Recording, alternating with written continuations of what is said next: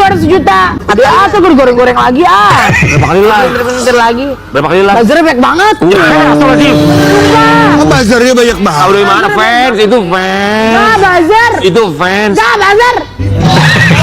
Entah Ruben menunggu bawa bunda di pintu keluar, anak dibawa lewat pintu lain bareng cowok baru. Oh, Ruben bilang saya disuruh nunggu di pintu keluar, saya nunggu di pintu keluar bang. Saya nunggu di pintu keluar, tunggu anak. Halo teman-teman semuanya, apa kabar? Semoga kalian selalu sehat dan dimudahkan rezekinya ya. Di video kali ini kita akan membahas sosok Onyo, putra dari Ruben Onsu yang akhirnya buka suara dan membuat publik heboh. Pasalnya, Onyo secara terang-terangan menyinggung dugaan perlakuan yang pernah ia alami serta melontarkan pernyataan keras yang langsung memancing reaksi netizen. Yang bikin geger bukan cuma soal pengakuan Onyo yang mengaku tidak pernah ditampar oleh ayahnya, tetapi juga tudingannya kepada sosok yang ia sebut Tante. Setelah unggahan tersebut viral, netizen langsung ramai-ramai memberikan komentar dan membahas kembali berbagai isu yang selama ini beredar. Lalu sebenarnya apa yang terjadi? Kenapa Onyo yang selama ini dikenal cukup kalem, tiba-tiba berani speak up? Dan fakta apa saja yang kini mulai terungkap ke publik? Yuk kita tonton videonya. Saya mau mengucapkan selamat, Merinding ya? mau bikin foto, kasih bunga, kalau nggak saya bunga. Oh, Tapi saya tunggu anaknya nggak lewat gitu. Ternyata mereka ini keluar dari pintu yang lain. Udah balik duluan, Gitu. ditinggal. Jadi Damn bro. Perih sih menurut gue gini. Perih banget. Emang pesan ini adalah untuk si tante. Cuman maksud gue kenapa fotonya itu lagi begini? Apa sih lu? Mendingan yang kemarin lah, daun pisang gitu tinggal mepes dong. Apa sih kalian itu? Nggak boleh gitu Habis ini please jangan ada yang bilang kalau Onyo itu nggak ada hak untuk ikut-ikutan. Karena menurut gue di sini yang paling berhak untuk ikut-ikutan adalah salah satunya Onyo. Karena kenapa? Karena Onyo itu adalah salah satu anak dari Ruben ya. Yang dimana Onyo sendiri juga udah dewasa guys, udah 21 tahun. Dan menurut gue ya sah-sah aja kalau Onyo mau ikut-ikutan. Dan dia berhak untuk membela ayahnya. Dengar baik-baik. Tante ingat ya, selama saya sama ayah dari dulu, ayah tidak pernah tampar saya atau pukul saya. Tapi kalau tante, gue di sini sangat percaya sama semua apa yang diucapkan Onyo ya. Karena kenapa? Di sini Onyo adalah udah termasuk seorang public figure yang dimana Onyo itu udah dikenal sama semua orang. Dan nggak mungkin seorang public figure kayak Onyo yang ngomong juga berhati-hati, itu nggak mungkin dia ngomong tanpa dipikir terlebih dahulu. Gue rasa Onyo ngomong begini udah nggak tahan. Jangankan Onyo, jangankan anaknya Ruben, gue sendiri aja udah gedek, cok. Gue sendiri aja udah gedek kayak apa sih keluarga mereka tuh apa gitu. Tapi gila sih kalau sampai dia benar-benar pernah melakukan itu ke Onyo, gila. Parah, gila, udah nggak waras cok, bener-bener. Karena lu tuh siapa? Ma bapaknya aja nggak kayak gitu. Lu siapa? Bener kan? Seperti yang udah gue duga. Sejak Onyo speak up di IG story-nya, pasti banyak orang yang bilang kalau Onyo itu nggak ada hak, Onyo itu nggak berhak, Onyo itu hanya anak angkat, bla bla bla bla. Sampai ada yang nge-DM gue guys nih, DM-annya ya. Enggak berhak sih Onyo ikut-ikutan, soalnya dia dulu disayang sama bunda, bahkan air susunya dikasih dulu. Masa sekarang Onyo bela sebelah pihak, dimana hati nuraninya kan emang anak itu anak pungut. Hey, air susu mana yang dikasih? Air susu mana? Onyo itu diangkat pas Onyo itu udah agak besar, bukan bayi yang masih gendut. Itu juga karena dia nyanyi kalau nggak salah tuh, dia viral itu kan. Lalu diangkat lah sama Ruben. Singkat ceritanya seperti itulah ya. Itu mana yang dikasih? Dan di sini menurut gua Onyo itu nggak berpihak guys. Onyo ini bukan memihak Ruben, bukan.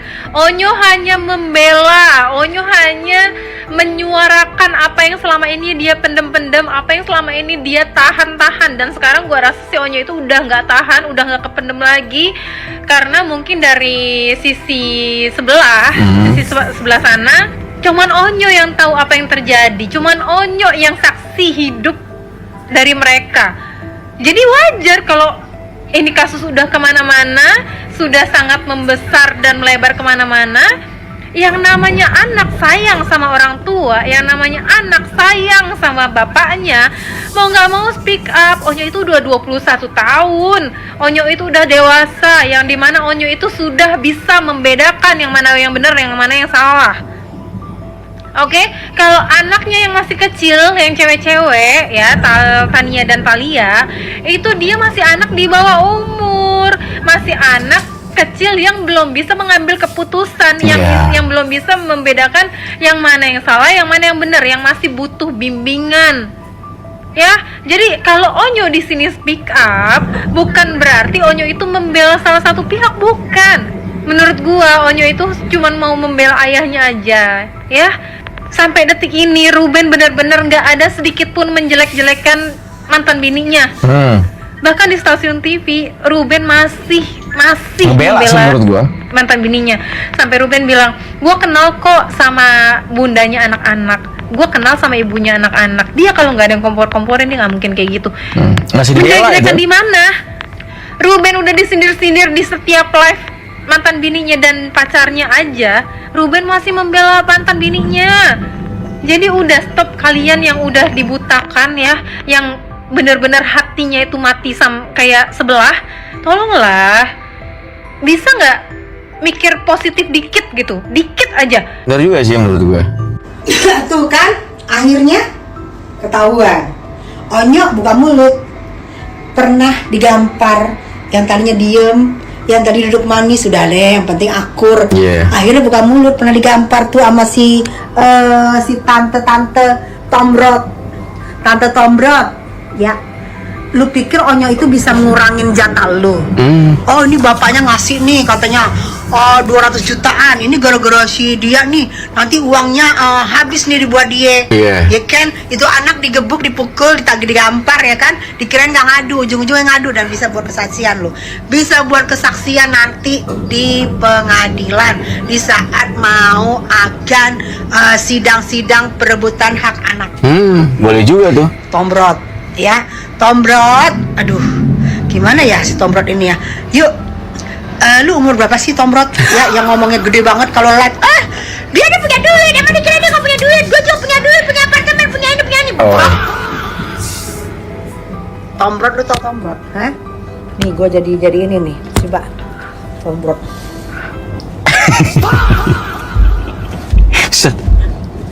Tombrot, sadar lu Tombrot, ya numpang di rumah orang, laki lu sadar.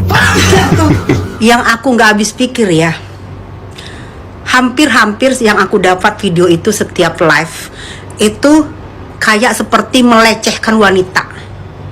Lelaki itu melecehkan wanita sepertinya, tapi wanitanya tuh kok kebanggaan, terlalu bangga, terlalu happy, terus penuh dengan sumringah melihat ke netizen bangga gitu, digituin. Tuh lu dilecehin. Kalau bangga, lu seorang janda, punya anak 2, punya anak 3, digitu namanya dilecehin. Lu harusnya tersinggung, bukan bangga lu. Dengan bangganya lu melihat ke netizen, melihat ke kamera, gue diginiin dong, tweet. Oh, kayaknya yang ngebahas yang live itu yang tangannya digosok-gosok itu. Kita mau habisin dulu guys ya. Tessa dulu nih, komentarnya banyak banget soalnya Tessa. Dia kalau ngomong udah pedes banget, udah kayak apa ya, cabai rawit yang mahal itu guys ya. Makan nato aja pedes banget itu. Iya, cocok dia soalnya pedes banget. Seru gitu ya. Oke. Aduh, astagfirullah, menjatuhkan harga diri wanita, tau gak sih? Gue paling gak suka menjatuhkan harga diri wanita, apalagi tuh ada anak-anak di situ. Ada anak-anak, gimana kalau anak-anak melihat? Itu live juga yang lihat anak-anak. Ini gimana sih netizen selama ini? Gue bingung deh. Netizen selama ini lu gimana sih? Kalau nyetujuin aja, kok nggak ada yang komen-komen selama ini? Nggak ada yang protes-protes. Giliran semua udah terjadi baru protes-protes. Itu hampir yang gue terima itu rata-rata itu melecehkan wanita. Dan itu si janda bangga, mungkin merasa gue dong lebih ganteng, lebih keren, CEO. Ngelihatnya itu bukan ngelihat marah, bangga. Yang jendes bangga, merasa dapat CEO. Yang CEO merasa jantan, padahal laki-lekong bisa, perempuan bisa. Ngeri kali kan. Pertunjukan apa itu? Atau gak bagus loh. Hah? Ini nonton sosmed-sosmednya adalah anak-anak di bawah umur juga suka nonton. Yeah. Karena mereka punya video sendiri. Yeah. Lu mengadakan pertunjukan itu udah nggak bener banget. Yeah. Yang heran banget gue, di mana harga diri lu sebagai janda? Hah? Harga diri lu sebagai janda di mana? Dihargai lu sama suami ratusan juta, tapi lu banting harga diri lu, tau nggak lo? Ngeri banget ya kan? Pedes nih kalau udah ngomong. Cabai rawit aja putus sama dia pedesnya. Oke, masih ada Jadi lagi. Alkisah Gunung Kawi tersebut. Oke, Gunung ya, Kawi.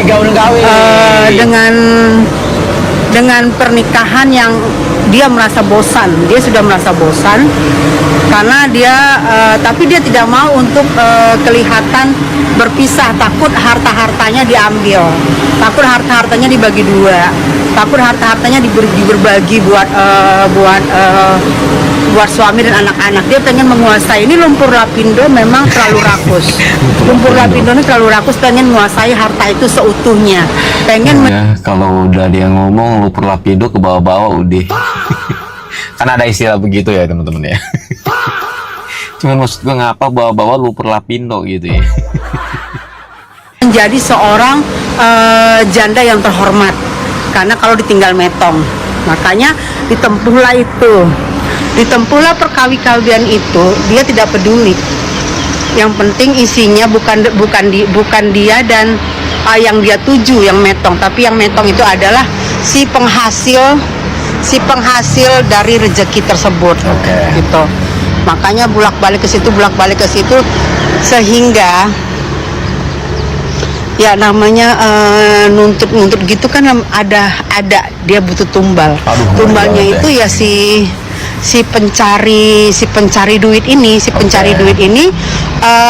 yang ditumbalin supaya sakit-sakitan dan logikanya metongnya itu tidak melibatkan siapapun, tidak mencurigakan siapapun. Ayah tidak pernah menampar Onyo. Tante coba jelaskan kenapa tampar Onyo. Please, jujur, ayolah tante, yang sudah buat kami hancur. Dan sekarang aku tidak takut untuk manusia serakah. Onyo gak pernah begini, tapi senjata andalan tante adalah menjatuhkan ayah seperti bangga. Dan sepertinya tante lupa ada kebusukan yang lebih memalukan. Sekarang aku tidak takut untuk manusia serakah. Sekarang aku tidak takut. Artinya selama ini ditakut. Takut apa? Takut merusak nama baik keluarga. Takut membuat keluarganya malu. Selama ini dia menutupi kebohongan. Dia menutupi kebusukan. Dia menutupi pengkhianatan. Dia rela disakiti secara fisik dan mental. Karena dia anggap itu demi ayahnya, demi keluarga. Dia rela merendahkan dirinya, merendahkan egonya. Karena dia anggap itu adalah semua demi kebaikan ayahnya, demi kebaikan keluarga. Dia menahan marah dan juga kesedihan selama ini karena ia menganggap itu adalah tugasnya sebagai anak yang baik demi orang tuanya, demi keluarganya. Saat dirinya yang disakiti, dihina, ditampar, dia bisa diam, dia bisa menahan. Tetapi saat dia melihat ayahnya dihina, disakiti dan dikhianati, that's it. Orang yang sangat sabar, yang sudah sangat sabar, saat keberaniannya sudah muncul, dia tidak akan takut apa-apa lagi. Saya juga selama 24 tahun menutupi kekejaman, menutupi kebusukan, menutupi kejahatan, menutupi kecabulan, menutupi kesadisan mantan suami saya. Dan saat saya berani untuk melangkah, saat saya berani memutuskan untuk speak up, saya tidak takut apa-apa lagi.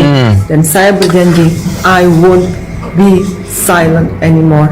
Berarti dia ini salah satu orang yang pernah punya pengalaman buruk. Dia coba untuk tutupin, tapi ketika dia punya keberanian untuk speak up, dan boom gitu kan, permasalahan kelar gitu ya. Artinya mungkin relate banget ketika apa yang sudah dialami oleh Onyo selama ini gitu. Sebetulnya ya kita juga nggak nyangka sih sebagai para netizen gitu ya. Aduh, ampun dah ya. Jangan ikut campur, Ci. Kalau udah bahagia, nikmati aja hidupmu. Gak usah ikut campur kejadian orang lain. Gak usah saling bela. Cukup gak usah ikut campur urusan orang lain. Yang bagus itu gak usah ikut campur urusan orang lain. Edot.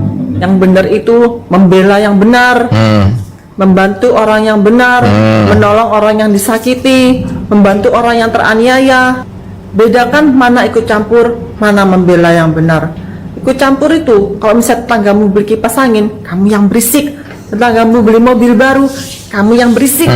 Tetanggamu naik jabatan, kamu yang pusing. Lihat orang lain bahagia, kamu yang heboh. Salah satu ciri khas dan trik yang dilakukan oleh seorang NPD adalah saat ditunjukkan kesalahannya, dia akan mengatakan Tidak. jangan ikut campur. Yes. Saat diberikan fakta mengenai kebusukannya, dia akan bilang jangan ikut-ikut. Saat dimintai pertanggungjawaban atas kesalahannya, kalimat andalannya adalah jangan ngurus urusan orang lain, urus hidupmu sendiri. Padahal dia sendiri si paling nomor satu kalau urusan menghakimi orang lain. Tapi saat kita menunjukkan kesalahannya, dia akan bilang jangan ikut campur. Dan saat kita membela korbannya, dia akan bilang urus urusanmu sendiri, jangan ikut urusan orang lain. Padahal kita bukan ikut campur, tetapi kita peduli.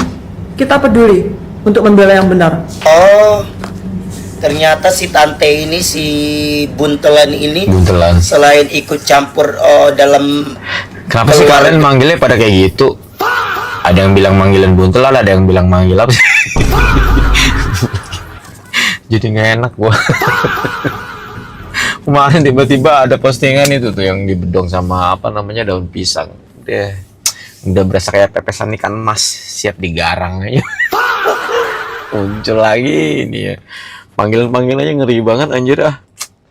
Ada kakaknya, permasalahan keluarga kakaknya, selain jadi provokator juga udah menampar anaknya RO.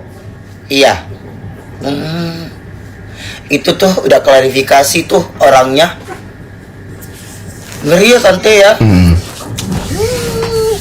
Kalau aku kau tampar, seandainya aku ponakanmu kau tampar, apalagi kau itu tante tiriku, tante angkat, tante tiri apa tante angkat ya. Udahlah habis kau. Udah buka suara tuh orangnya yang kau tampar, tante buntelan kentut. Panggilannya gak enak banget sih gua. Kenapa? Gak salah denger nih, si Cece mau diusir dari rumah karena cicilannya belum lunas. Nah ini gak salah nih. Rumah itu baru ya. Kemarin loh kita dengar 200 juta per 30 menit live penghasilannya. Terus katanya pacarnya CEO. Waduh, kok bisa? Rumahnya belum lunas? Katanya janda kaya raya. Gimana sih? Satu persatu kebongkar kan? Aduh, malu ya kalau disita sama bank. Ada beberapa akun yang ngomong Ruben Onsu itu HIV gitu kan. Ini akun-akun apa namanya ya? Akun-akun nggak bisa berpikir kayaknya gue rasakan. Dia tuh akun-akun dasar lah ya kan, membela seberang gitu kan. Tapi kalau Ruben itu berpenyakit 3 huruf itu ya, berarti si Endang juga 3 huruf, anaknya juga 3 huruf. Jadi semuanya 3 huruf, paham nggak? Tapi parah banget sih kalau misalnya ada yang manggil kayak gitu ya. Sebutan punten ya, HIV gitu ya. Terlalu banget sih. Jadi Ruben Onsu itu ya bisa dikategorikan ya, memang dulu kan dia sakit-sakitan kan. Jadi dia itu bukan penyakit 3 huruf, tapi penyakit Gunung Semeru, Gunung Kembar, Gunung Krakatau, ya pokoknya penyakit-penyakit gunung-gunung lah ya. YTT yang tahu-tahu aja. Jadi kalau menggiring-giring itu giring yang benar gitu loh. Jangan yang mengada-ngada biar nggak ketahuan BA-nya gitu ya. Oh Ruben sehat, sekarang sehat ya kan. Sehat walafiat, lebih segar, lebih fresh, lebih semangat gitu. Biarpun apa uangnya banyak berkurang ya untuk menghidupi. Tapi yang jelas sekarang Ruben jauh lebih sehat. Salam dari Kober Cimat. Yang suka video saya silahkan follow dan tinggalkan komentar. Tak balik aku masuk ke akun Sarwenda, ngecek dia di Instagram, di TikTok, di Facebook, tapi ya nggak ada gitu loh. Mungkin itu beneran cancel culture.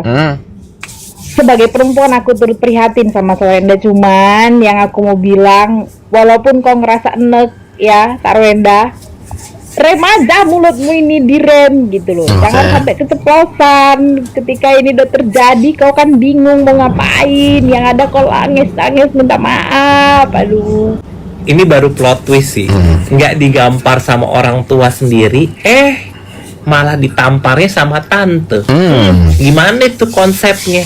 Nggak sampai di situ, alasannya medical check up, ternyata nemenin orang. Siapa itu? Canda. Ini baru plot twist sih. Ini baru plot twist sih. Nggak digampar sama orang tua sendiri, malah ditamparnya sama tante.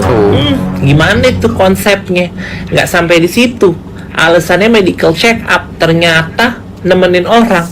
Siapa itu? Canda. Aduh, ngeri banget ya kamu ya. Jadi ngerembet kemana-mana nih udah. Aku dulu nggak pernah ikut komen berita artis, tapi di berita ini aku gemas walaupun sesama perempuan, bener banget. Aku pun jujur ya, aku kan sibuk, mohon maaf nih.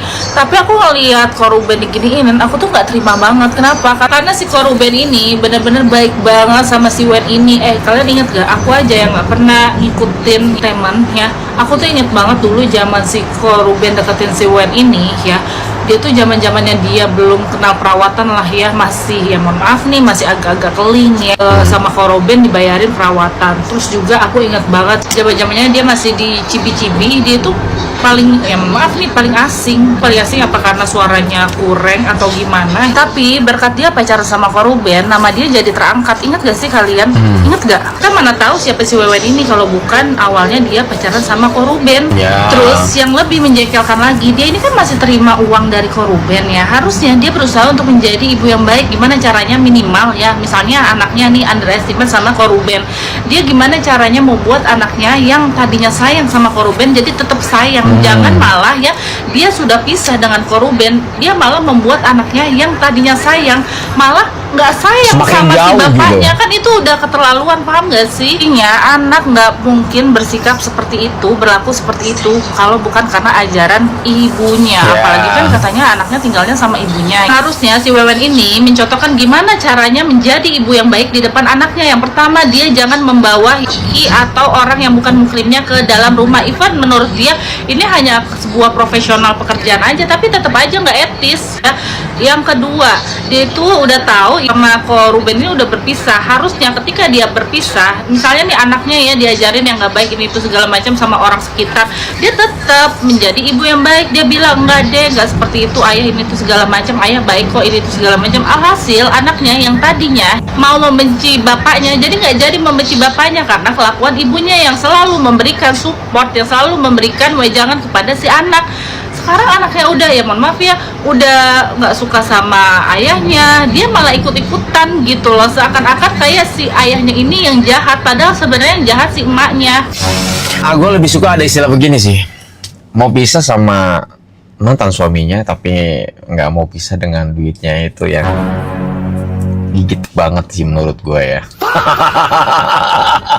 Lucunya Lisa Mariana yang senggol Neng Endah dan membela Ruben Onsu yang baik. Oke. Kayaknya tuh Anda tuh bernafsu sekali. Iya, aku kayaknya lancar banget tuh. Berapa kali tag tulis? Ya enggak, maksudnya apa loh, Lisa apa? Cobain, Li, cobain. Contohnya. Kambing. Gimana tadi ya? 200 juta. Kambing apa itu 200 juta? Sekali lep. Gitu. Ya, ada bergoreng-goreng lagi ah. Berapa kali live? Bentar lagi. Berapa kali live? Buzzernya banyak banget. Astagfirullahaladzim. Buzzernya banyak banget. Tahu dari mana fans? Itu fans. Nah, buzzer. Itu fans. Nah, buzzer. Ganteng banget. Emang tahu dari mana lu? Kamu keserang. Diserang. Terus tapi dikit sih yang nyerang. Tahu dari mana lu itu buzzer? Buzzer orang template ya? Postingan 000 kan terus kata-katanya sama semua ya buzzer. Tapi kamu menanggapi kasus. Saya bilang saya disuruh nunggu di pintu keluar ya Bang Bunga. Apa nih?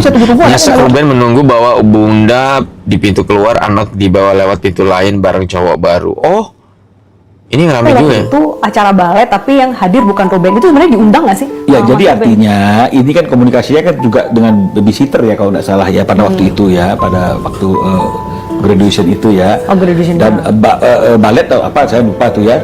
Ruben pas cerita ke saya, dia nunggu ya, dia nunggu semua proses itu dan anak-anak ya sama S ya dengan teman laki-lakinya itu, dengan teman prianya itu kan begitu. Nah jadi Ruben bilang saya disuruh nunggu di pintu keluar, saya nunggu di pintu keluar Bang. Saya nunggu di pintu keluar, tunggu anak selesai. Ya? Saya mau mengucapkan selamat, mau bikin foto, kasih bunga kalau nggak saya bunga. Tapi saya tunggu anaknya nggak lewat gitu. Ternyata kenapa nggak masuk Bang? Hah? Kenapa nggak masuk? Ya kan ada undangan kan begitu, mungkin terbatas atau apa ya, kita nggak ngerti ya kan begitu ya. Jadi dia udah nggak apa-apa, dia ngalah, dia tunggu aja atau nanti kan keluar kan begitu. Setelah ditunggu kata Ruben sih kalau nggak salah nggak keluar. Akhirnya dia tahu bahwa setelah pengambilan foto itu mereka ini keluar dari pintu yang lain. Udah balik duluan, ditinggal. Jadi hal-hal seperti ini yang sering dialami oleh Ruben, sehingga akhirnya tentu wajar lah suatu saat dia juga akhirnya mengambil sikap yang tegas gitu ya. Ruben bilang, kasihan banget ya kalau misalnya itu terjadi sama gue misalnya. Oh men, gue cuman pengen ketemu sama anak gue, terus gue cuman pengen foto gitu ya sama anak gue, dan damn bro, Perih sih menurut gue gitu ya. perih banget emang. Ampun Nenda tega lo ya. Iya, dan Mas Bagus. Ini seru nih, pesona suami jatah 200 juta. Alright sayang, Sugeng rawuh wonten griya dan Mas Bagus sampun tuan kaliya. Pratandha katresnanku marang jenengan kersanipun betaki baleni jenengan. Lan katuran sumine kanthi sekedhel. Sayang. Sampun siaga Den Mas cacingipun sumangga. Sayang. Sampun siaga pasukanipun Den Mas.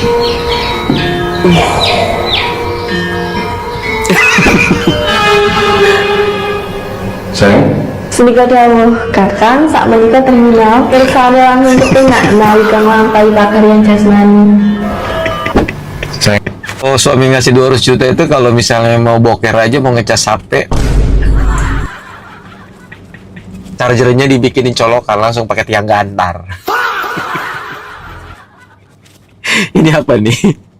Apa nih? Senika dawuh Kakang menapa dereng sari. Kulo saya pingin sayang. Jiwa kula namung kamu panjenengan Dimas. Sanes niku. Napa mawon bakal kawujud Dimas. Kulo pingin rapi malih. Sayang. Giliran mau nikah lagi langsung tidur.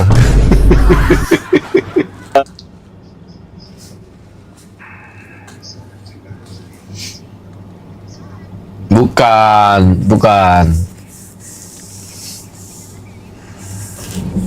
Oke.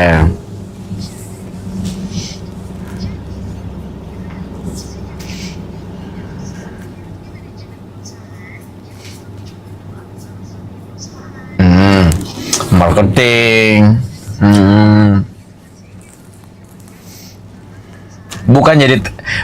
Bukan jadi talent juga ya.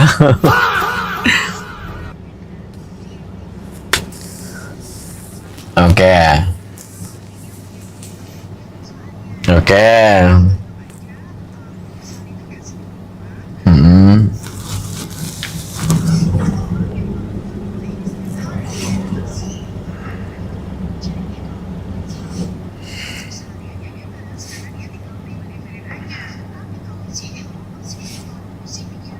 Iya dong.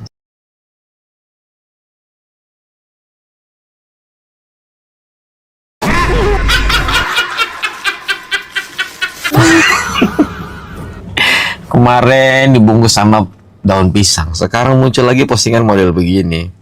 Kita baca dulu captionnya ya. Ayah tidak pernah menampar Onyo. Tante coba jelaskan kenapa tampar Onyo. Please jujur. Ayolah tante, yang sudah buat kami hancur dan sekarang udah tidak takut untuk manusia serakah. Onyo nggak pernah begini, tapi senjata andalan tante adalah menjatuhkan ayah. Seperti bangka, dan sepertinya tante lupa ada kebusukan yang lebih memalukan. Oke, kalau untuk caption atau isinya dari apa yang diungkapkan oleh Onyo sih, menurut gue itu udah berkali-kali kita ngebahas gitu ya, bahwa dalam banget. Emang pesan ini adalah untuk si tante. Cuman maksud gue kenapa fotonya itu lagi begini? Apa sih lu? Ya seenggaknya mendingan yang kemarin lah, daun pisang gitu, tinggal mepes dong. Apa sih kalian itu? Nggak boleh gitu ah. Nama akunnya siapa ini? Ini Zara. Kemarin siapa tuh akunnya? Teman-teman, setelah melihat seluruh pembahasan dalam video ini, jujur saja kalau ini adalah pendapat pribadi saya merasa kasus ini semakin hari semakin menunjukkan bahwa ada banyak hal yang mungkin selama ini tidak diketahui publik secara utuh. Yang paling menarik perhatian saya bukan sekadar soal siapa yang benar dan siapa yang salah. Bukan juga soal pihak mana yang harus dibela. Tetapi lebih kepada fakta bahwa seorang anak yang selama ini terlihat diam, tenang, dan jarang ikut berbicara di ruang publik, tiba-tiba memilih untuk menyampaikan isi hatinya secara terbuka. Menurut saya, ketika seseorang yang biasanya diam akhirnya berbicara, biasanya ada alasan yang cukup besar di balik keputusan tersebut. Apalagi sosok seperti Onyo yang selama ini cenderung menghindari konflik di depan publik. Karena itu, wajar kalau banyak orang kemudian penasaran dan mencoba memahami apa sebenarnya yang sedang terjadi. Namun di sisi lain, saya juga merasa bahwa sebagai netizen, kita perlu berhati-hati dalam menyikapi setiap informasi yang beredar. Jangan sampai karena kita menyukai satu pihak, lalu kita langsung membenci pihak lainnya tanpa mengetahui fakta yang sebenarnya. Begitu juga sebaliknya. Kadang-kadang dalam sebuah konflik keluarga, kenyataan yang terjadi jauh lebih kompleks dibanding apa yang terlihat di media sosial. Kalau saya pribadi, yang paling saya sayangkan adalah ketika masalah keluarga yang seharusnya bisa diselesaikan secara baik-baik, akhirnya menjadi konsumsi publik dan berkembang kemana-mana. Karena pada akhirnya, yang paling merasakan dampaknya bukan hanya orang dewasa yang terlibat, tetapi juga anak-anak dan seluruh anggota keluarga yang ada di dalam lingkaran tersebut. Saya juga merasa bahwa konflik yang terus dipertontonkan di media sosial seringkali membuat situasi menjadi semakin sulit untuk diperbaiki. Setiap unggahan, setiap komentar, setiap sindiran, bahkan setiap potongan video bisa ditafsirkan berbeda-beda oleh publik. Akibatnya, muncul kubu-kubu yang saling menyerang dan saling mempertahankan pendapat masing-masing. Kalau saya melihat dari sudut pandang seorang anak, tentu tidak mudah berada di posisi seperti ini. Bayangkan ketika seseorang harus menyaksikan orang-orang yang ia sayangi terlibat dalam konflik yang tidak kunjung selesai. Tekanan mentalnya pasti tidak ringan.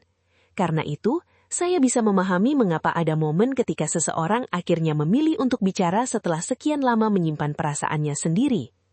Tetapi sekali lagi, saya juga tidak ingin langsung menghakimi siapapun, karena kita sebagai penonton hanya melihat sebagian kecil dari keseluruhan cerita. Kita tidak tinggal bersama mereka. Kita tidak mengetahui semua kejadian yang sebenarnya terjadi di balik layar. Yang kita lihat hanyalah potongan-potongan informasi yang muncul ke publik. Menurut saya, yang paling penting sekarang adalah bagaimana semua pihak bisa menahan diri agar situasi tidak semakin memanas. Karena setiap pernyataan baru yang muncul pasti akan memunculkan respons baru. Setiap respons baru akan memunculkan kontroversi baru.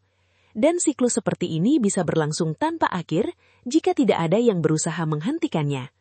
Saya pribadi juga merasa sedih ketika melihat hubungan antara anggota keluarga yang dulunya terlihat harmonis, kini menjadi bahan perdebatan di internet. Dulu banyak orang mengagumi kebersamaan mereka. Banyak orang menjadikan mereka sebagai contoh keluarga yang kompak. Karena itulah, ketika muncul berbagai konflik seperti sekarang, banyak orang merasa kaget dan sulit mempercayainya. Di sisi lain, saya juga bisa memahami mengapa publik begitu tertarik mengikuti perkembangan kasus ini. Setiap hari selalu ada informasi baru, ada pernyataan baru, ada spekulasi baru dan ada cerita baru yang membuat orang penasaran. Namun menurut saya, rasa penasaran itu sebaiknya tetap dibarengi dengan sikap bijak dalam menilai suatu peristiwa. Jangan sampai kita terlalu mudah termakan isu yang belum tentu benar. Jangan sampai kita ikut menyebarkan informasi yang belum jelas kebenarannya. Dan jangan sampai kita merasa paling tahu tentang kehidupan orang lain hanya karena menonton beberapa potongan video di media sosial. Kalau ditanya pendapat pribadi saya mengenai unggahan Onyo yang viral ini, saya melihatnya sebagai bentuk ungkapan perasaan seseorang yang mungkin selama ini menyimpan banyak hal. Terlepas dari benar atau tidaknya semua tuduhan yang beredar, yang jelas unggahan tersebut berhasil membuka diskusi yang sangat besar di kalangan publik. Tetapi saya berharap setelah semua ini, fokus utamanya bukan lagi saling menyerang atau saling menjatuhkan. Saya justru berharap ada jalan menuju penyelesaian yang lebih baik. Karena bagaimanapun juga, hubungan keluarga adalah sesuatu yang sangat berharga. Konflik bisa terjadi, perbedaan pendapat bisa muncul, tetapi semoga tidak sampai menghancurkan semuanya secara permanen. Sebagai penonton, saya memilih untuk mengikuti perkembangan kasus ini dengan pikiran yang terbuka. Saya tidak ingin buru-buru mengambil kesimpulan. Saya ingin mendengar semua sisi cerita sebelum membentuk penilaian pribadi. Karena menurut saya, itulah cara yang paling adil dalam melihat sebuah permasalahan. Dan yang paling penting, semoga semua pihak yang terlibat diberikan jalan terbaik, diberikan ketenangan, dan diberikan kesempatan untuk menyelesaikan masalah ini dengan cara yang baik. Karena pada akhirnya, tidak ada seorang pun yang benar-benar menang jika sebuah keluarga harus terus berada dalam konflik yang berkepanjangan. Nah, teman-teman, itu dia pendapat pribadi saya mengenai pembahasan kali ini. Kalau kalian sendiri bagaimana? Apakah kalian setuju dengan pendapat saya, atau justru punya pandangan yang berbeda? Tulis pendapat kalian di kolom komentar dengan tetap santun dan saling menghargai ya. Jangan lupa juga untuk like, subscribe, dan nyalakan lonceng notifikasinya supaya tidak ketinggalan update video-video terbaru berikutnya. Sampai jumpa di video selanjutnya. Terima kasih sudah menonton sampai akhir. Wassalamualaikum warahmatullahi wabarakatuh.